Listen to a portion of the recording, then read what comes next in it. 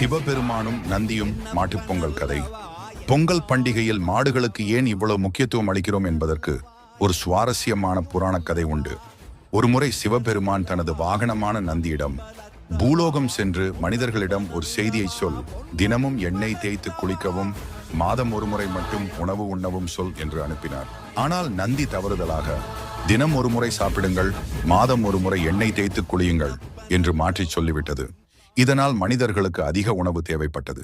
கோபமடைந்த சிவன், உன்னால் தான் இந்த நிலை, எனவே நீயே பூலோகம் சென்று மனிதர்களுக்கு உதவியாக இருந்து நிலத்தை உழுது பயிர் செய்ய உதவு என்று நந்தியை அனுப்பினார். அன்று முதல் மாடுகள் விவசாயிகளுக்கு நண்பனாக இருந்து உதவுகின்றன. இரண்டாவது, இந்திரனும் கிருஷ்ணரும் போகி பொங்கல் கதை. பழையன கழிதலும் புதியன புகுதலும் தான் போகி. முன்னொரு காலத்தில் மக்கள் இந்திரனை மழை கடவுளாக வழிபட்டனர். இதனால் இந்திரனுக்கு கர்வம் வந்தது. அவனது கர்வத்தை அடக்க கிருஷ்ணர் மக்களை கோவர்தன மலையை வணங்கச் சொன்னார். கோபமடைந்த இந்திரன் பெருமழையை பொழிவித்தார்.